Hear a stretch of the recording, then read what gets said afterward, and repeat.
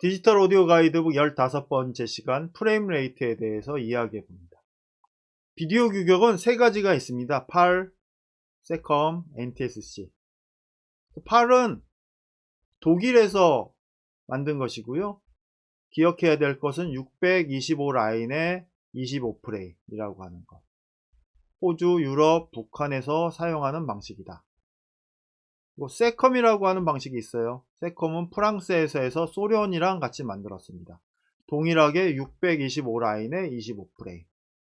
동유럽 국가, 중남미 국가에서 사용하고 있다. 우리가 사용하는 NTSC, National Television System Community는 미국에서 채택한 것이에요. 6MHz의 채널 폭을 사용해서 흑백 TV랑 칼라 TV를 같이 사용할 수 있도록 고안한 방식이고요. 흑백 텔레비전일 때 525 라인의 30프레임이에요. 세컴이랑 팔이랑 다른 방식이다 라고 하는 걸 알 수 있죠. 미국, 우리나라, 캐나다, 북미 이런 데서 사용하고 있었고요. 그리고 특별히 우리나라에서 2012년 12월 31일부터 디지털 방송, 아날로그 방송은 출시하지 않고 디지털 방송만 출시한다. 이건 무엇을 얘기하냐면 흑백이었다가요. 컬러 방송을 했고요. 그리고 2012년 12월 31일부터 무엇을 해요? 디지털 방송만 송출한다.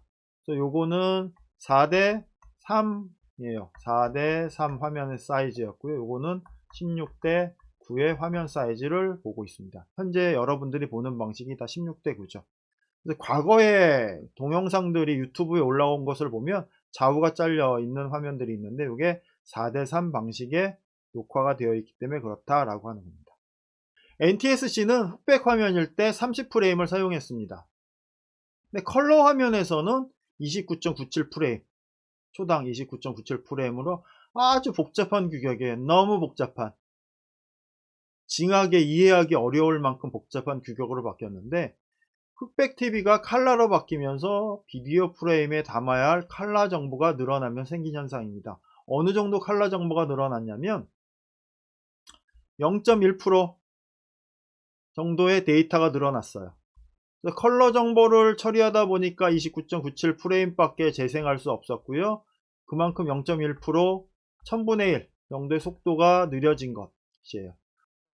파일럿 신호의 관점에서 보면 60Hz, 우리가 그 전원을 60Hz를 쓰고 있죠. 관점에서 보면 59.97이 되고요. 30으로 보면 29.97이 됩니다. 60Hz 관점은 59.94Hz, 30프레임을 보면 29.97Hz가 되는 일이 발생하는 겁니다. 이거는 새로운 규정이 됐고요. 이 새로운 규정을 뭐라고 한다? 드롭 프레임이라고 해요. 드롭이랑 넌 드롭 프레임의 규정이 생겼고 30프레임을 그냥 쓰는 건 넌 드롭 프레임, 29.97프레임을 정확하게 지키는 건 드롭 프레임이 되는 겁니다. 드롭 프레임은 29.97프레임이기 때문에 30프레임이 실제 시간과 다르기 때문에 개발됐어요. 그러니까 예를 들면 흑백일 때 30프레임 썼으니까 칼라도 30프레임 쓰지, 30프레임을 칼라에서 썼다, 컬러에서. 그러면 실제 시간과 맞지 않습니다. 실제 시간보다 1000분의 1초씩 1ms씩 계속 늘어나요. 1초마다. 실제 시간과 주행 시간을 맞추기 위해서 시간당 108프레임 0.1%를 생략해요. 참고로 1시간은 108,000프레임입니다.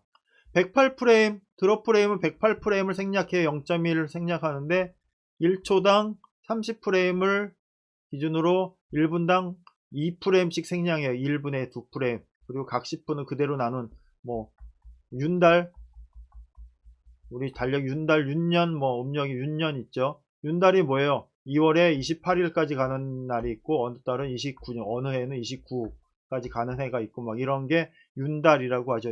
윤달이라고 하는데 이런 윤달을 계산하는 개념이랑 비슷하게 실제 시간하고 방송 시간을 일치시켜야 하는 방송 분야, 방송국에서 사용해요. 여기 타임 코드를 보면 29, 30, 0이 이렇게 넘어가야 되는데 여기는 없어요. 1분에서 1분 넘어갈 때. 그래서 여기에 보면 건너뛰죠. 0, 0, 01 이런 걸 건너뛰는데 뭐야 10분에서는 0001도 붙여놔요. 어느 분에는 10분마다 각 10분마다는 넣고요. 그리고 그 각 분마다는 프레임을 2개씩 건너뛰어서 방송 분야에서 사용할 때 시간을 실제 시간과 맞추기 위해서 사용한다 라는 겁니다. 영상에서 0.1%를 생략을 했기 때문에 디지털 오디오의 샘플에서도 0.1% 1000분의 1을 적용을 해야 합니다.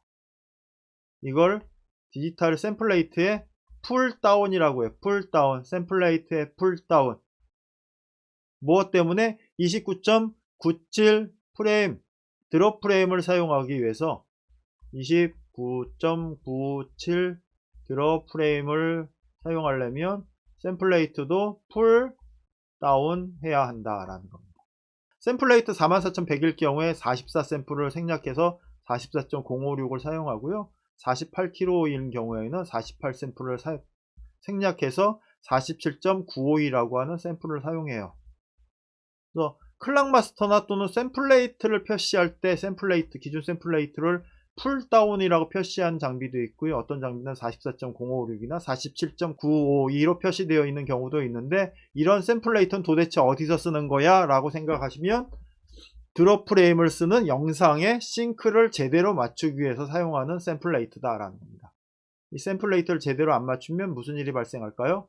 음질이 낮아져요.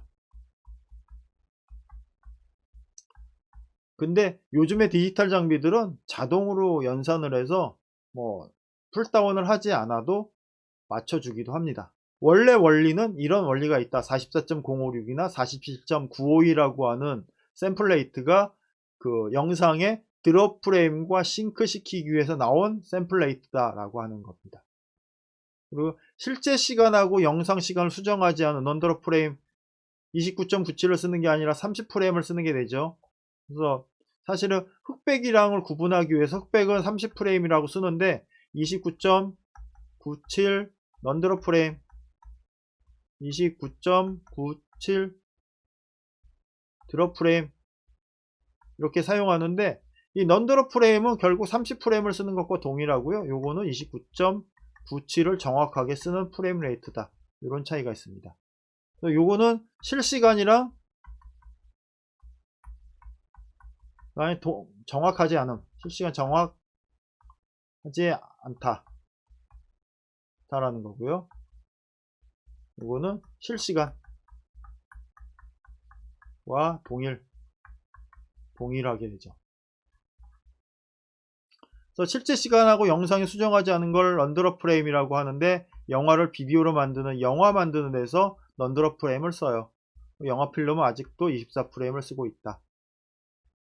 정말 주의해야 될 것이 이겁니다. 방송 목적으로 만들면서, 영상을 만들면서 넌드롭 프레임으로 작업하는 경우가 있어요.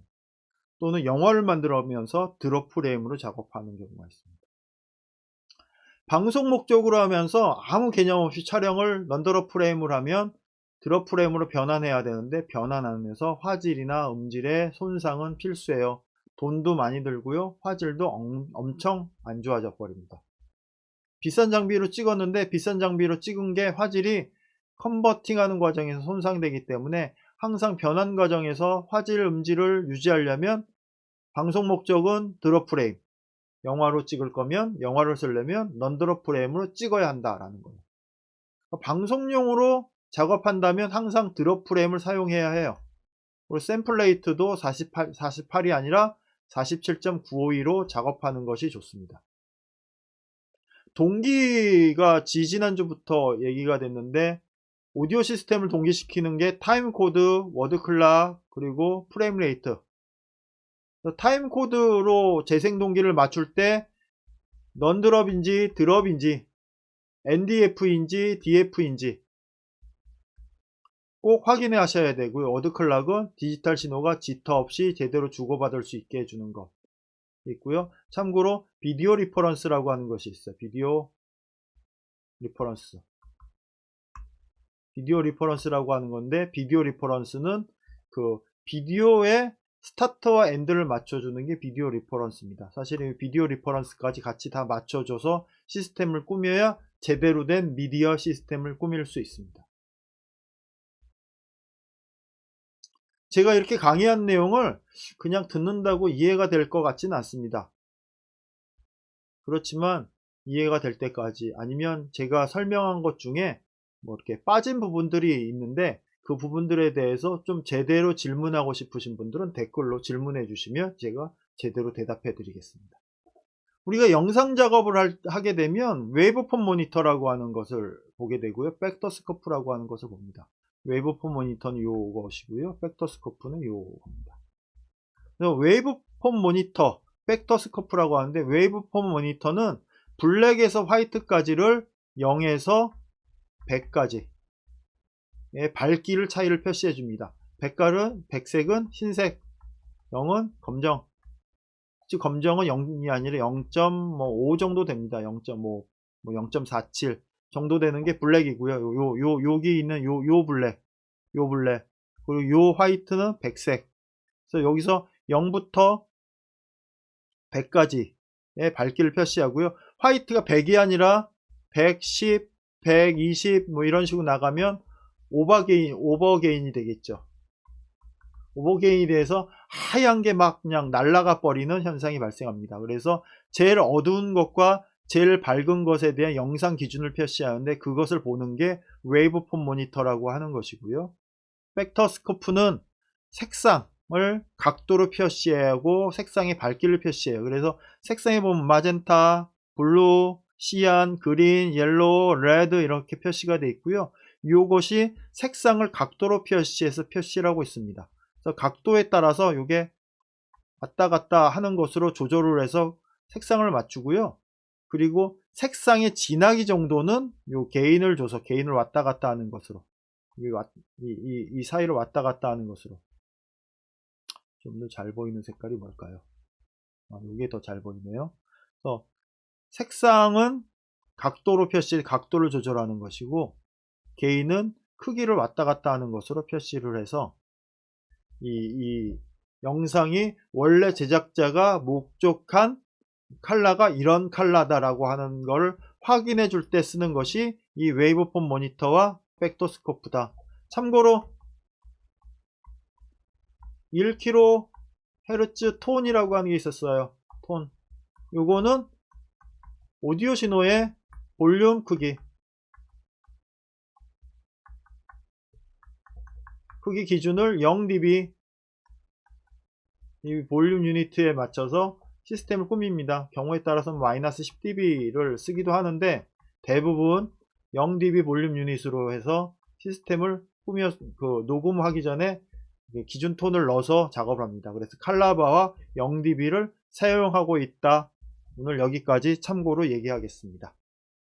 여러분들 공부하시는데 갑자기 생뚱맞게 디지털 얘기를 하다 싱크 얘기하면서 영상 얘기까지 왔습니다. 영상 부분도 여러분들이 디지털 싱크에 필요한 부분이어서 알아야 하기 때문에 여기까지 온 것이고요. 스트레스를 받는 만큼 여러분들 공부가 될 줄로 믿습니다. 다음 3장이 끝나면 다음이 4장, 녹음 파일 포맷, 디지털 전송 포맷 이런 것들이 있고, 그 다음에 디지털 앰프, 클래스 D 이런 앰프들 증폭이 있는데, 4장, 5장은 여러분들이 직접 읽어보시고요.